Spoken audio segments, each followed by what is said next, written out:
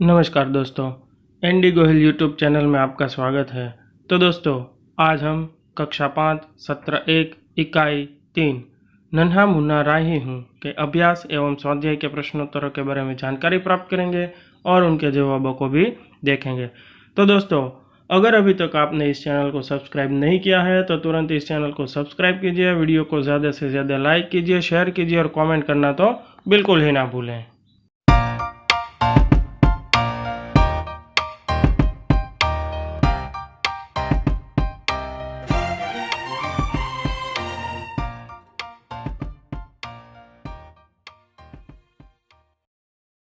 सबसे पहले देखते हैं अभ्यास के प्रश्नोत्तर।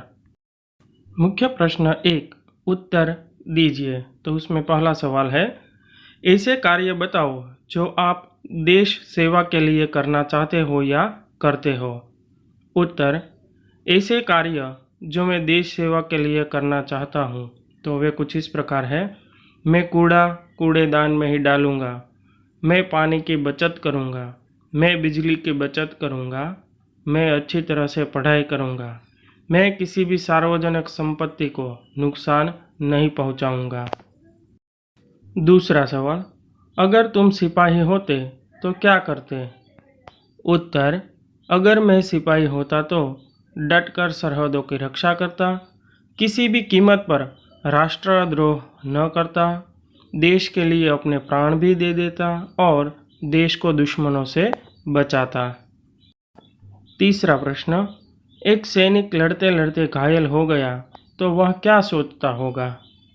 उत्तर, लड़ते लड़ते घायल होने वाला सैनिक सोचता होगा, मैं घायल न होता तो अंत तक दुश्मनों से लड़ता रहता, मेरे साथी सैनिक मुझे देखकर भावुक ना हो तो अच्छा है, यदि मुझे कुछ हो गया तो मेरे परिवार वालों का क्या होगा।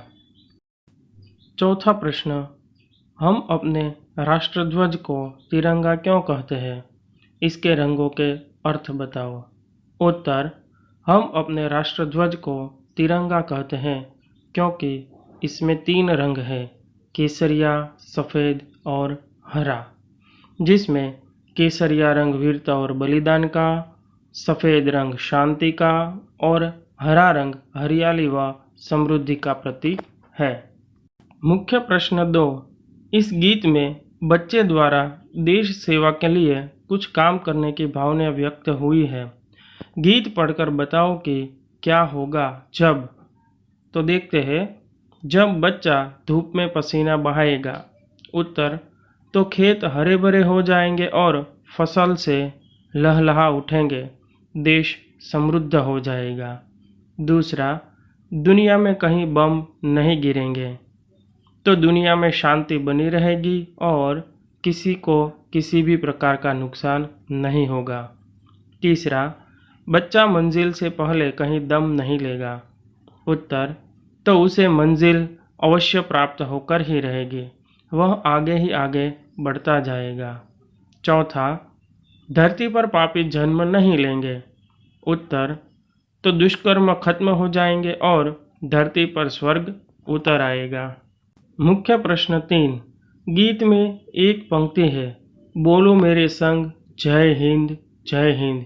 यह एक नारा है जो हम कई अवसरों पर बोलते हैं, सोचो और बताओ। तो उसमें पहला प्रश्न है, तुमने यह नारा किन अवसरों पर बोला है।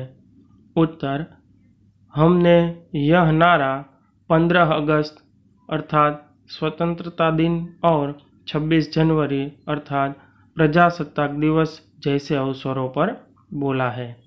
दूसरा प्रश्न, आप इस नारे के अलावा और कौन कौन से नारे बोलते हैं। उत्तर, इस नारे के अलावा हम वंदे मातरम, भारत माता की जय, आज़ादी, अमर रहो, 1 2 3 4, गांधी जी का जय जयकार आदि नारे बोलते हैं। मुख्य प्रश्न 4, इस गीत में बच्चे ने अपने आप को देश का सिपाही बताया है, तुम भी बड़े होकर कुछ न कुछ बनना चाहते होंगे, बताओ। पहला प्रश्न, बड़े होकर तुम क्या बनना चाहते हो। उत्तर, मैं बड़ा होकर डॉक्टर बनना चाहता हूँ। दूसरा प्रश्न, क्यों बनना चाहते हो? उत्तर, मैं बड़ा होकर डॉक्टर बनकर अपने लोगों और देशवासियों की सेवा करना चाहता हूँ। उन्हें अच्छा और किफ़ायती इलाज मिले ऐसा प्रयत्न करना चाहता हूँ। दोस्तों, यहाँ हमने अपने सोच विचार से जवाब लिखा है। आप अपने हिसाब से भी इस जवाब को लिख सकते हैं। आप जो बनना चाहे उसके आधार पर जवाब लिख सकते हैं। अब देखते हैं स्वाध्याय के प्रश्नोत्तर। मुख्य प्रश्न 1, प्रश्नों के उत्तर लिखिए। जिसमें पहला प्रश्न है, धूप में पसीना बहाने से क्या होगा? उत्तर, धूप में पसीना बहाने से खेत फसल से लहलहा उठेंगे। दूसरा सवाल, दुनिया की आंखों का तारा कौन बनेगा? उत्तर, नन्हा मुन्ना राही सिपाही बनकर दुनिया की आंखों का तारा बनेगा। तीसरा सवाल, नन्हा राही सबको क्या सिखाएगा? उत्तर, नन्हा राही सबको प्यार भरा व्यवहार सिखाएगा। चौथा प्रश्न, नन्हा राही दुनिया में क्या गिरने नहीं देगा? उत्तर, नन्हा राही दुनिया में बम गिरने नहीं देगा। पांचवा प्रश्न, देश का सिपाही कौन है? उत्तर, नन्हा बालक देश का सिपाही है। छठा प्रश्न, नन्हा राही रास्ते पर कैसे चलेगा? उत्तर, नन्हा राही रास्ते पर निडर होकर सीना तानकर चलेगा। मुख्य प्रश्न 2, निम्नलिखित शब्दों के विलोम अर्थात विरोधी शब्द ढूंढकर लिखिए। तो दोस्तों, हमारे पाठ्य पुस्तक में हमें कई शब्द दिए गए हैं जिनमें से हमें एक दूसरे के विलोम शब्द ढूंढकर उनका वाक्य में प्रयोग करके लिखना है। तो उदाहरण दिया गया है हमें आगे, तो उसका विलोम होता है पीछे। वाक्य कुछ इस प्रकार बनेंगे, सब बच्चे आगे चले जा रहे थे। दूसरा है, कोई भी बच्चा पीछे नहीं रहना चाहता। तो इस प्रकार हम दूसरों शब्दों को देखते हैं। जिसमें है दायां, तो उसका विलोम होता है बायां। उनका वाक्य प्रयोग देखते हैं, दायां हाथ आगे करो, बायां हाथ पीछे करो। दूसरा है धरती, तो उसका विलोम है आकाश। वाक्य प्रयोग है, हम धरती पर रहते हैं, पंछी आकाश में उड़ते हैं। तीसरा है बड़ा, तो उसका विलोम होता है छोटा। मेरा बड़ा भाई किसान है, मेरा छोटा भाई डॉक्टर है। चौथा है ऊंचा, तो उसका विरोधी होता है नीचा। क्लास में राहुल का कद सबसे ऊंचा है, क्लास में रोहन का कद सबसे नीचा है। पांचवा है धूप, तो उसका विरोधी होता है छाँव। वाक्य प्रयोग, किसान धूप में काम करते हैं, छाँव में शीतलता मिलती है। मुख्य प्रश्न 3, नीचे दिए गए शब्दों के दो दो पर्यायवाची शब्द सामने दिए गए आयत में से ढूंढकर लिखिए। उत्तर कुछ इस प्रकार होगा, राही, तो उसके पर्यायवाची शब्द है मुसाफिर और पंथी। उसके बाद है सिपाही, तो उसमें आएंगे सैनिक और फौजी। उसके बाद है धरती, तो उसके पर्यायवाची शब्द है पृथ्वी और धरा। उसके बाद है रास्ता, तो उसके पर्यायवाची शब्द है पंथ और राह। उसके बाद है मंजिल, तो उसके पर्यायवाची शब्द है लक्ष्य और ध्येय। मुख्य प्रश्न 4, मातृभाषा में अनुवाद कीजिए। तो दोस्तों, यहाँ पर हमें 5 वाक्य दिए गए हैं, उनका हमें मातृभाषा में अनुवाद करना है। तो पहला वाक्य है, धरती पर पापी जन्म नहीं लेंगे। तो उसका उत्तर है, पृथ्वी ऊपर पापी जन्म लेशे नहीं। दूसरा है, बच्चे रास्ते पर बिना डरे चल पाएंगे। उत्तर है, बाळको रस्ता ऊपर डरिया वगर चाली शकशे। तीसरा है, मैं देश का सिपाही हूँ। उत्तर, हूँ देशनो सैनिक छूँ। चौथा, दुनिया में कहीं भी बम नहीं गिरेगा।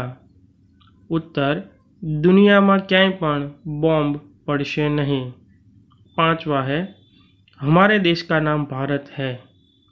उत्तर આપણા દેશનું નામ भारत છે। मुख्य प्रश्न 5, निम्नलिखित भावार्थ से संबंधित पंक्तियाँ कविता में से ढूंढकर लिखिए। तो उसमें पहला है, नन्हा राही बिना डरे रास्ते पर चलेगा। उत्तर, रास्ते पर चलूँगा ना डर डर के। दूसरा है, नन्हा राही मंजिल पाए बिना दम नहीं लेगा। उत्तर, मंजिल से पहले ना लूँगा दम। तीसरा, नन्हा राही सबका प्यारा बनेगा। उत्तर, दुनिया की आँखों का तारा बनूंगा। चौथा है, हमारा देश शांति प्रिय है। उत्तर, शांति की नगरी है मेरा यह वतन। मुख्य प्रश्न 6, उचित शब्द चुनकर वाक्य पूर्ण कीजिए। तो दोस्तों यहाँ पर हमारे पाठ्य पुस्तक में हमें कुछ रिक्त स्थान दिए गए हैं और उनके बाजू में कोष्ठक में कुछ शब्द दिए गए हैं। उनमें से हमें सही शब्द को चुनकर रिक्त स्थान की पूर्ति करनी है। तो उसमें सबसे पहला है लड़के खेल। तो यहाँ पर हमें 2 शब्द दिए गए, रहा है और रहे हैं। तो लड़के खेल वे दोनों शब्द हैं जो बहुवचन को दिखाते हैं।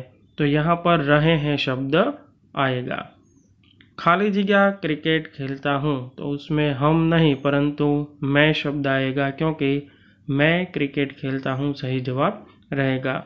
तीसरा है, आप कहाँ जा रहे हैं, तो उसमें अनुस्वार वाला है आएगा, क्योंकि आप जो कि एक मानवाचक शब्द है और बहुवचन के रूप में प्रयुक्त होता है, इसलिए जब बहुवचन होता है तब है में अनुस्वार लगाया जाता है। चौथा है, खाली जगह किताबों में से आपकी किताब कौन सी है, तो उसमें जवाब आएगा इन। तो वाक्य इस प्रकार बनेगा, इन किताबों में से आपकी किताब कौन सी है। पांचवा है, हम पढ़ता है या पढ़ाते हैं, तो इसमें आएगा पढ़ाते हैं। मुख्य प्रश्न 7, कविता के आधार पर देश या सिपाही के बारे में 5-7 वाक्य लिखिए। तो दोस्तों यहाँ पर हम अपने देश भारत और सिपाही दोनों के बारे में कुछ वाक्य लिखते हैं। आपको जो पसंद आए उस पर आप लिख सकते हैं या फिर आप दोनों भी लिख सकते हैं। सबसे पहले देखते हैं देश। भारत हमारा देश है। पुराने जमाने में यह भरत नाम के एक वीर और प्रतापी राजा हुए थे। उन्हीं के नाम से हमारा देश भारत कहलाया। भारत का दूसरा नाम हिंदुस्तान है। दिल्ली भारत की राजधानी है। हिंदी हमारी राष्ट्रभाषा है। हमारा देश विशाल है। यहाँ विविध जाति और धर्म के लोग रहते हैं। वे आपस में मिलजुल कर रहते हैं। भारत कृषि प्रधान देश है। यहाँ 70% लोग खेती करते हैं। यह देवभूमि है। हमारा देश भारत मुझे प्राणों से भी अधिक प्यारा है। अब सिपाही के विषय में देखते हैं। सिपाही बड़ा निडर और साहसी होता है। देश की आज़ादी और देशवासियों की रक्षा करना ही उसके जीवन का लक्ष्य है। देश के लिए शहीद हो जाने से वह कभी नहीं डरता। भारत का जवान हमेशा आगे बढ़ता रहता है। वह कभी किसी पर जुल्म नहीं करता। उसकी यही कोशिश रहती है कि तिरंगा झंडा हमेशा ऊंचा रहे। देश में सुख शांति बनाए रखना सिपाही अपना कर्तव्य समझता है। मुख्य प्रश्न 8, इस गीत में बच्चे ने सिपाही बनकर देश की सेवा करने की भावना व्यक्त की है। सोचो, क्या देश की सेवा केवल सिपाही बनकर ही की जा सकती है? बताओ या लिखो, देश की सेवा कैसे करते हैं। तो दोस्तों यहाँ पर हमें और 5 प्रकार के नाम दिए गए हैं, जिनमें किसान, शिक्षक, खिलाड़ी और कलाकार और आप यानी कि छात्रगण कैसे देश की सेवा कर सकते हैं उस विषय में लिखना है। तो सबसे पहले देखते हैं किसान। कड़ी मेहनत द्वारा बहुत अनाज पैदा करके कुदरती खाद का उपयोग बढ़ाकर कृत्रिम खाद और दवाइयों का उपयोग कम करके यह देश की सेवा कर सकता है। दूसरा है शिक्षक, तो वह छात्रों को उत्तम शिक्षा देकर बच्चों में जीवन कौशल और जीवन मूल्य स्थापित करके और ऊंचे आदर्शों का आचरण करके देश की सेवा कर सकता है। तीसरा है खिलाड़ी, तो वह खेल दिली रखकर, धोखेबाजी छोड़कर और सही अर्थ में अपना कौशल दिखाकर देश की सेवा कर सकता है। चौथा है कलाकार, तो वह आजीवन कला की साधना करके केवल अर्थ को एकमात्र लक्ष्य न बनाकर और मूल्यों को उजागर करके देश की सेवा कर सकता है। उसके बाद है अंत में मैं, यानी कि हम छात्रगण। तो आपका कर्तव्य या आप किस प्रकार देश की सेवा कर सकते हैं देखते हैं। अच्छी तरह से पढ़ाई करके, अच्छे मूल्यों को अपने अंदर उतार कर, अच्छे आदर्शों का पालन करके हम देश की सेवा कर सकते हैं।